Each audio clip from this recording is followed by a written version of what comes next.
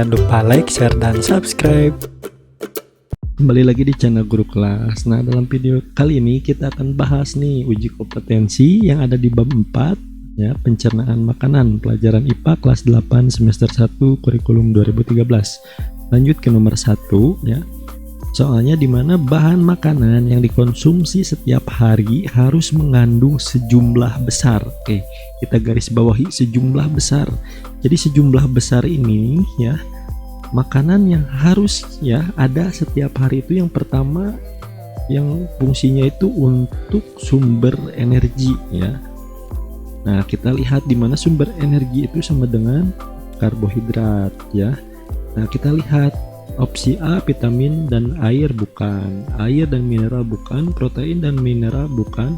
Nah, yang ada karbohidrat itu opsi D. Jadi jawabannya ini karbohidrat dan protein. Kenapa protein juga? Karena protein ini untuk mengganti sel-sel yang rusak ya, yang rusak gitu. Nah, jadi kita perlu ya, sangat penting ya untuk makan ya dengan jumlah besar itu, yaitu karbohidrat dan protein. Jawabannya nomor 1 adalah D. Nomor 2, ketika melakukan uji makanan dengan biuret, oke, kita garis bawahi dulu biuret. Nah, tampak muncul warna ungu pada bahan makanan. Hal ini menunjukkan, biuret ini ya dilakukan untuk menguji ada atau tidaknya protein pada bahan makanan ya. Nah, jadi jika tidak berubah ya atau tidak tampak muncul ya. Nah, hal ini menunjukkan apa ya? Nah, ketika melakukan uji makanan nih kalian dengan biuret tampak muncul warna ungu. Nah, berarti makanan tersebut itu mengandung protein ya. Jadi jawabannya adalah B. Nomor 3, ketika Siti membeli makanan di warung, penjualnya membungkus dengan menggunakan kertas. Nah, ternyata pada kertas tampak noda yang membuat kertas jadi terlihat transparan. Hal ini dapat terjadi karena nah di mana ini ya, uji kertas ini biasanya ya digunakan untuk menguji ada tidaknya lemak pada bahan makanan. Nomor 1 nomor opsi A maksudnya karbohidrat dari makanan bereaksi bukan. Nah, B, lemak dalam makanan tersebut mengubah sifat kertas. Nah, ini betul ya. Yang C juga salah ya, ini protein.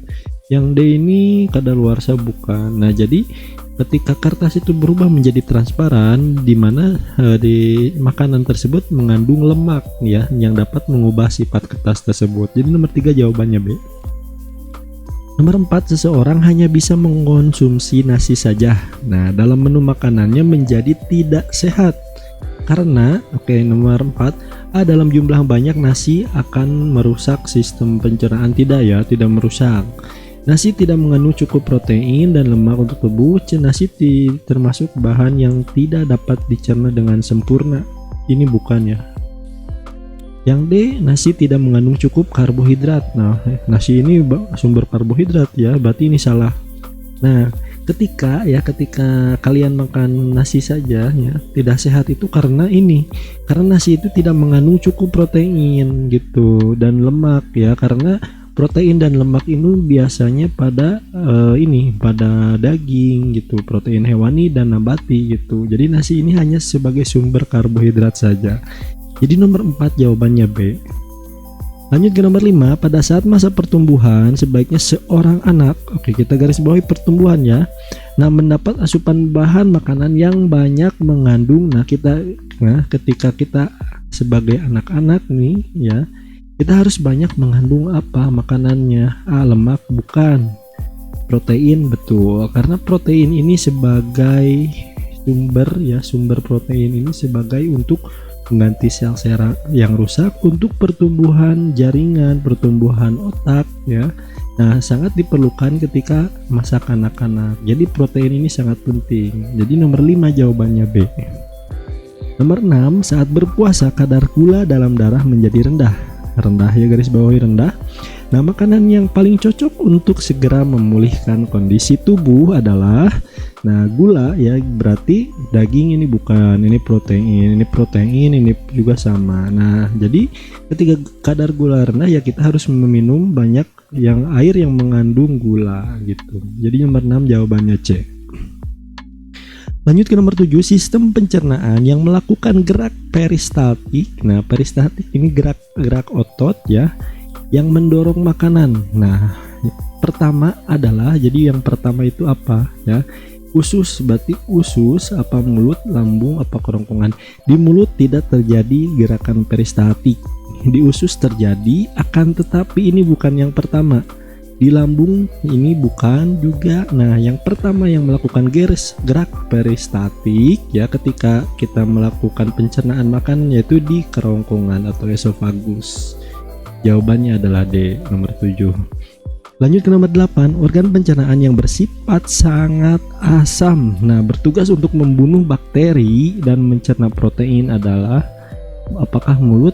Bukan. Kemudian B, lambung. C, usus halus, usus besar ini enggak ya. Usus ini untuk menyerap ya, menyerap sari-sari makanan, dimana bertugas untuk membunuh bakteri ini dengan kondisi yang sangat asam itu adalah di lambung gitu. Jawaban nomor 8 adalah B. Nomor 9, pencernaan pada tubuh manusia meliputi pencernaan. Ya, ini kalian sudah pasti tahu ya, dimana pencernaan secara mekanik atau mekanis dan kimiawi. Mekanis ini melibatkan organ-organ ya, organ-organ tubuh kalian, sedangkan kimiawi ini melibatkan enzim-enzim pencernaan. Nomor 9 jawabannya B. Lanjut nomor 10, proses pemecahan karbohidrat dalam tubuhmu terjadi pada mulut dan lambung, mulut dan usus halus, C, lambung dan usus halus, atau D, usus halus dan usus besar. Jawabannya adalah B ya. Jadi pencernaan karbohidrat itu di mulut, di mana mulut ini terdapat yang dinamakan enzim amilase atau dikenal dengan enzim petialin juga. Nah, enzim ini akan memecah molekul amilum menjadi molekul maltosa. Jadi enzim, karena ada enzim ini, maka di mulut ini terjadi terjadi pemecahan ya, pemecahan karbohidrat. Nah, amilum, di mana amilum ini merupakan karbohidrat. Kemudian di usus halus ya, di mana usus halus juga terdapat yang dinamakan enzim amilase ya atau petialin tadi. Sama ya, untuk mencerna amilum menjadi maltosa. Jadi nomor 10 jawabannya B. Lanjut ke soal uraian atau esai. Suatu bahan makanan ketika diuji dengan biuret, kita garis bawahi, memunculkan warna ungu. Nah, sedangkan ketika diuji dengan lugo tidak terjadi perubahan warna. Nah, ketika diuji dengan benedict ya, memunculkan warna merah bata. Nah, mengandung bahan apakah makanan tersebut? Berikan contoh makanan tersebut. Oke. Nah, di sini kita lihat ya, bahan makanan yang diuji dengan biuret ya, terjadi perubahan warna menjadi ungu karena mengandung protein nih. Ya, jadi yang pertama biuret ya, biuret menjadi ungu karena mengandung protein. Kemudian diuji dengan lugo tidak berwarna, berarti tidak mengandung amilum ya. Nih, tidak mengandung amilum. Kemudian diuji dengan benedict terjadi perubahan warna menjadi merah bata karena berarti mengandung zat gula. Nah, kemudian contoh makanannya apa ya? Jadi makanan yang mengandung protein ya, kemudian mengandung zat gula, contohnya apa? Contohnya adalah dari susu ya, susu sapi ya. Nah, kita lihat nih di mana biuret ini sebagai reagen untuk menguji protein ya, protein. Kemudian lugo ini ya, lugo ini untuk reagen ya, untuk apa? Untuk menguji amilum atau karbohidrat. Nah, sedangkan benedict ini untuk menguji adanya tidaknya zat gula gitu, zat gula pada makanan. Nah, kita lihat tabel di bawah ya. Amilum karbohidrat reagennya ini, protein nah reagennya biuret, glukosa benedict, kemudian lemak ini yang tadi kertas buram. Nah, warnanya ini biru kehitaman kalau amilum atau lugo, kemudian untuk biuret warnanya ungu, untuk glukosa merah bata. Nah, lemak ini kertasnya menjadi transparan. Nah, inilah ya pembahasan tentang uji pada makanan, di mana bisa dilakukan dengan uji biuret, lugo, dan merah, maksudnya benedict gitu. Lanjut ke nomor 2. Sebutkan urutan saluran pencernaan dari awal hingga akhir. Nah, mengapa waktu yang diperlukan makanan untuk dicerna pada tiap organ pencernaan berbeda-beda? Oke. Yang pertama, mulut ya. Kemudian masuk ke kerongkongan. Kemudian lambung ya. Kemudian usus ya, usus halus, usus besar, rektum dan anus. Nah, inilah ya sistem organ pencernaan utama. Sedangkan hati, pankreas ya dan kelenjar air ludah ini merupakan organ pencernaan tambahan. Nah, kenapa waktunya berbeda-beda? Karena waktu yang diperlukan makanan juga ya berbeda-beda karena beberapa faktor, diantaranya adalah kandungan bahan makanan yang berbeda ya, perbedaan struktur organ pencernaan ya, seperti lambung berbeda dengan usus ya bentuknya. Kemudian ukuran panjang setiap organ berbeda, nih lambung, esofagus berbeda ya.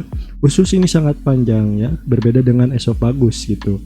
Kemudian enzim yang dihasilkan pada tiap organ berbeda-beda. Contoh di mulut ada enzim amilase ya. Di usus juga ada. Nah, di usus ada enzim yang menghasilkan enzim ini untuk memecah protein, sedangkan di mulut ini tidak bisa memecah protein ya gitu. Nah, inilah alasan mengapa waktunya itu berbeda-beda ya setiap pencernaan makanan itu.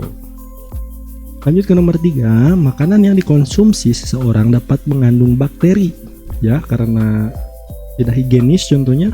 Nah, untuk mencegah berkembangnya bakteri tersebut, organ apakah yang dapat membunuh bakteri? Bagaimana cara kerja organ tersebut?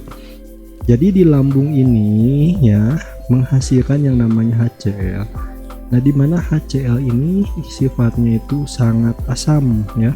pH-nya bisa 1 sampai 3 ya. Nah, kondisi asam inilah yang mematikan bakteri gitu. Jadi jangan khawatir ya ketika bakteri ya yang masih ditoleransi lambung gitu ya, masih bisa dimatikan oleh HCl, kandungan HCl pada lambung, kecuali bakteri-bakteri yang tidak dapat dimatikan gitu karena jumlahnya banyak dan sangat tidak toleran terhadap HCl di lambung gitu, maka akan terjadilah gangguan pencernaan seperti itu. Nomor 4, apabila seorang makan daging ayam ya. Nah, organ apakah yang paling berperan untuk mencerna bahan makanan tersebut secara kimiawi? Nah, dimana secara kimiawi ini nah berarti adanya bantuan yang dinamakan enzim ya. Nah, di mana daging ayam ini kebanyakannya itu mengandung protein ya. Ini merupakan sumber protein hewani ya, daging ayam ini. Nah, daging ayam mengandung protein. Nah, organ yang berperan melakukan pencernaan protein yaitu lambung. Nah, lambung menghasilkan enzim pepsin yang mengubah protein menjadi proteosa. Nah, kemudian usus halus. Nah, tripsinogen yang dihasilkan pankreas masuk ke usus halus. Nah, tripsinogen inilah yang mengubah protein menjadi polipeptida. Nah, dinding usus halus menghasilkan enzim enterokinase yang mengubah tripsinogen menjadi tripsin. Maka protein itu dapat diserap oleh tubuh kita. Nah, ketika tidak dipecah oleh enzim-enzim ini, pepsin kemudian tripsinogen, di mana protein itu tidak akan diserap oleh tubuh kita gitu.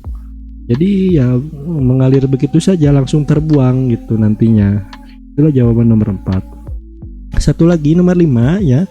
Apa yang akan terjadi pada proses pencernaan makanan jika pankreas tidak dapat berfungsi ya untuk menghasilkan enzim-enzimnya ke dalam usus halus? Nah, jawabannya seperti ini. Nah, di mana zat makanan dalam kimus ini bola-bola yang berwarna kuning ya, lanjutan dari lambung. Nah, jika pankreas tidak mengeluarkan getahnya ke dalam usus halus, maka tidak terjadi pencernaan kimiawi ya. Ingat, tidak terjadi pencernaan kimiawi oleh getah pankreas, di mana amilum tidak dapat dicerna oleh enzim karbohidrase atau amilase tadi ya menjadi maltosa atau disakarida lainnya yang lebih sederhana gitu. Kemudian emulsi lemak tidak dapat diubah menjadi asam lemak atau gliserol oleh enzim lipase ya. Protein tidak dapat diubah menjadi polipeptida oleh tripsin, dan amilum tidak diubah menjadi maltosa atau amilase. Sama aja ya sama yang ini. Nah, jadi intinya seperti itu. Jadi ketika tidak berfungsi ini si pankreas ini ya, pankreas ini tidak berfungsi, maka tidak dapat terjadi pemecahan atau pencernaan dengan enzim-enzimnya gitu. Maka makanan yang kalian makanan itu sia-sia gitu. Kenapa sia-sia? Karena tidak dapat diserap oleh tubuh, maka akan terbuang begitu saja yang sari-sari makanannya gitu. Oke, segitulah ya materi ya pembahasan tentang uji kompetensi bab 4 pencernaan makanan. Semoga bermanfaat. Sampai jumpa di video berikutnya.